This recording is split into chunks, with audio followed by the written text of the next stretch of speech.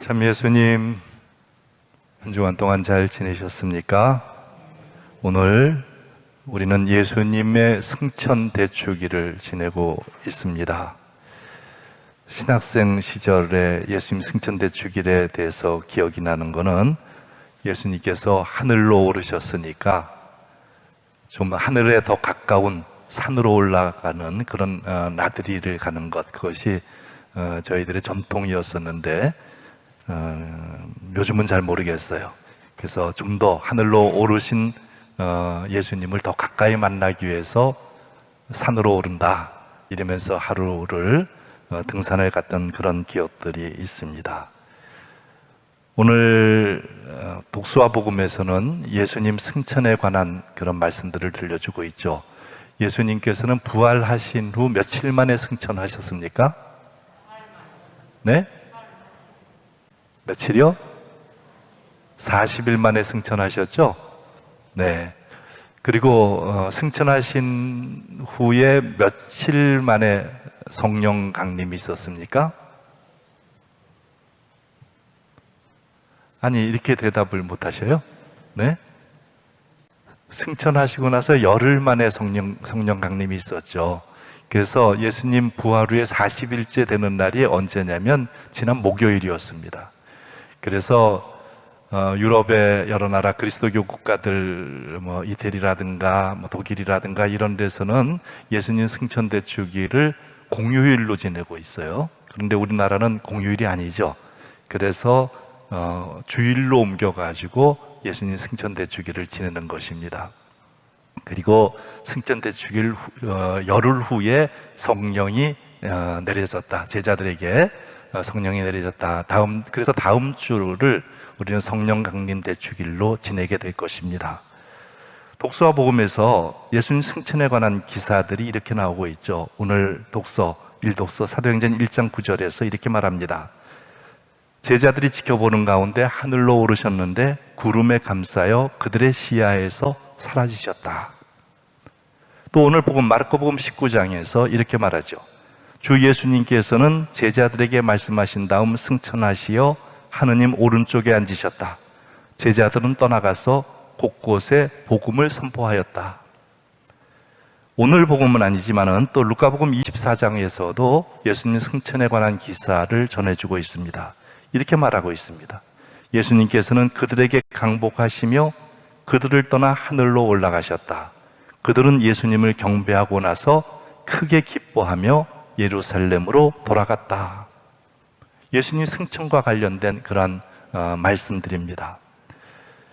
예수님께서 하늘로 오르셨다라는 말은 제자들이 직접 본 일을 증언한 말이고, 또 하느님 오른쪽에 앉으셨다는 말은 예수님께서 이제 하느님과 동등한 위치에 계시는 분이라는 신앙 고백이라고 말할 수 있습니다. 예수님께서 승천하셨다. 여러분들 어떤 생각을 하십니까? 하늘로 오르셨다라고 하는 것은 마치 예수님께서 이 땅에서 저 하늘로 장소를 옮기셨다는 그런 인상을 주지만은, 예수님께서 오르신 하늘은 어디에 있는가를 한번 생각해 볼 때 우리가 조금 다른 의미를 생각해 볼 수 있을 것입니다.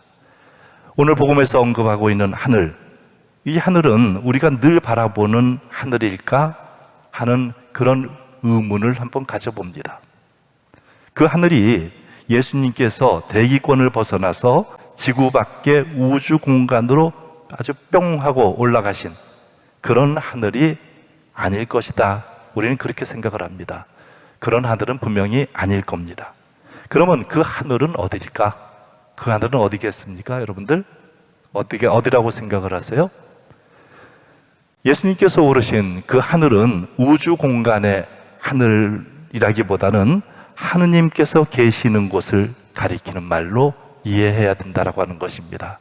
예수님께서 하늘로 오르셔서 하느님 오른편에 앉으셨다. 오늘 우리가 독서에서 이렇게 말하고 듣고 있지 않습니까? 그런데 하느님은 어디에 계시죠? 하느님은 우주 공간의 하늘 그 위에 계시는 분이십니까? 그렇지 않죠. 하느님은 어디에나 계시는 분이에요. 어디에나 어느 시간이나 우리와 함께 계시는 하느님이고, 그 하느님 오른편에 자장하셨다라고 하는 그 의미는 이제 하느님께서 계시는 곳에 하느님과 같은 지위로서 우리와 함께 계시는 하느님이 되셨다라는 이런 의미죠. 그래서 하늘로 오르셨다라는 말은 이제 좀 더 아주 밀접하게 우리가 살고 있는 이 시간, 이 공간에 우리와 함께 계시는 주님이 되셨다라는 그런 의미로 알아들어야 된다라고 하는 것입니다. 이렇게 이해할 때 예수님의 승천은 어떤 특정 공간이나 장소로 옮겨가는 것이 아니라 하느님의 영광 속으로 들어간 사건으로 이해가 된다는 것입니다. 그렇다면 하느님이 계시는 곳 어디일까요? 말씀드렸듯이 하느님이 계시는 곳은 어디에서나 계시는 분이죠. 그리고 하느님은 또한 언제라도 우리와 함께 계시는 분입니다. 이 세상 어느 곳에라도 하느님이 계시는 곳, 이 세상 어느 곳이라도 그 하느님이 계시는 그곳, 바로 그것으로 예수님께서 이제 변모하셨다라는 이런 의미가 된다는 것이죠. 예수님의 승천으로 인해서 이제 우리는 예수님을 세상 어느 곳, 어느 장소에서도 만나 뵐 수 있게 되었다라는 그런 의미를 생각할 때 예수님의 승천이라는 것은 우리들에게는, 예수님을 믿고 따르는 우리들에게는 정말 축복된 의미로서 받아들일 수밖에 없다는 것입니다. 예수님은 승천으로 말미암아서 시간과 공간의 제약을 벗어난 분이 되셨다라는 것이죠. 시공을 초월하고 일체의 한계를 넘어서 영원하신 분이 되셨다라는 것. 예수님의 승천은 성령을 통해서 세상 모든 곳에 계시는 주님이 되시기 위해서 당신의 존재 방식을 바꾸신 것으로 이해가 됩니다. 이제 예수님은 제자들이 어느 곳에 가 있건 어느 처지에 있건 간에 그분께서는 제자들과 함께 계실 수 있는 주님이 되신 것입니다. 제자들은 스승 예수님이 언제 어느 곳이라도 자기들과 함께 계신다는 것이 바로 그들에게는 큰 힘이 되었다는 것을 이제 알게 되는 것이죠. 바로 이것을 제자들은 믿게 되었고, 그러한 믿음으로 인해서 복음을 전파하는 사도들이 정말 엄청나게 큰 힘을 가지고서 목숨까지도 바치면서 부활하시고 승천하신 주님을 증거할 수 있게 되었다는 것입니다. 승천이다라고 하는 것, 예수님의 승천이다라고 하는 것은 예수님께서 당신의 존재 방식을 바꾸신 사건이기 때문에 이런 의미에서 승천은 떠남이 아니라 영원히 함께 계심의 의미를 가지는 것입니다. 사도들은 바로 그것을 믿었고 확신했기 때문에 예수님께서 그들을 떠나 하늘로 올라가시는 것을 본 뒤에 루카복음 사도가 전하는 것처럼 제자들은 슬퍼하지 않았습니다. 슬퍼하기는커녕 예수님께 경배하고 나서 크게 기뻐하며 예루살렘으로 돌아갔다, 이렇게 복음이 전하고 있지 않습니까? 예수님이 눈앞에서 사라지셨는데, 떠나갔는데 보통은 그러한 이별로 인해서 슬퍼할 수밖에 없는 것이 우리들의 일반적인 그런 생각임에도 불구하고 제자들은 오히려 기뻐하면서 예루살렘으로 올라갔다, 이렇게 복음이 전하고 있는 것입니다. 사도들이 승천을 떠나심으로만 생각했다라고 한다면 그들이 기뻐하기는커녕 정말 슬퍼하고 애통해 했었을 것입니다. 바로 예수님의 승천이다라고 하는 것이 그러한 의미를 갖는 것이고, 또한 우리에게 하나 더 중요한 의미를 가져다 주는 그런 사건으로 이해할 수 있는 것이 있습니다. 제자들이 예수님과 영원히 함께 계신다는 그 사건이 바로 승천 사건이기 때문에 오늘 제1독서에서 우리가 들은 것은 하늘만 멍하니 쳐다보고 있는 제자들에게 천사들이 나타나서 이렇게 말하죠. 갈릴레아 사람들아, 왜 하늘만 쳐다보고 있느냐? 이 말이 무슨 말입니까? 하늘만 쳐다보지 말고 땅을 보아라 라는 이런 말씀이 아니겠습니까? 왜 하늘만 쳐다보고 있느냐? 하늘에 뭐가 있느냐? 하늘만 쳐다보지 말고 이제 고개를 좀 더 낮추어 가지고 너희들이 살고 있는 이 땅을 바라보아라. 바로 이러한 말씀으로 이해가 됩니다. 예수님을 만나려면 하늘이 아니라 땅을 보아야 한다라는 말이죠. 내가 있는 이 시간, 이 장소에서 승천하신 예수님을 만나야 한다라는 그러한 의미입니다. 바로 이러한 의미가 복음의 여러 곳에서도 그 예수님의 행적과 말씀을 통해서 드러나고 있지 않습니까? 원수를 사랑하라. 사랑하는 그런 그 사랑이라는 구체적인 그러한 하나의 행위들이 내 삶 안에서 드러나야 된다는 것. 그리고 마태오복음 25장에서 우리가 들을 수 있었던 것은 너희가 내 형제들인 이 가장 작은 사람들 가운데 한 사람에게 해준 것이 바로 나에게 해준 것이다. 이런 말씀처럼 우리는 살아가면서 내가 만나는 모든 사람들 안에서 예수님의 모습을 보고 그들에게 예수님의 가르침인 사랑을 실천하면서 살아가고자 하는 것입니다. 바로 이런 면에서 예수님의 승천으로 인해서 예수님은 어느 곳에서나 우리와 함께 계시는, 우리의 이웃과 함께 계시는 주님이 되셨기 때문에 그런 것입니다. 우리의 이웃들 안에서 예수님을 보아야 하고 만나야 한다는 것, 그것이 승천하신 예수님이 천사들을 통해서 우리에게 말씀하시는 내용입니다. 이 땅에서 예수님과 함께 살기를 바란다면 바로 그런 의미에서 이 지상에서의 삶을 충실히 살아야 된다라고 하는 것, 그것이 오늘 예수님 승천의 의미 중에 하나라고도 말할 수 있습니다. 바오로 사도는 그렇기 때문에 이렇게 말씀하고 있죠.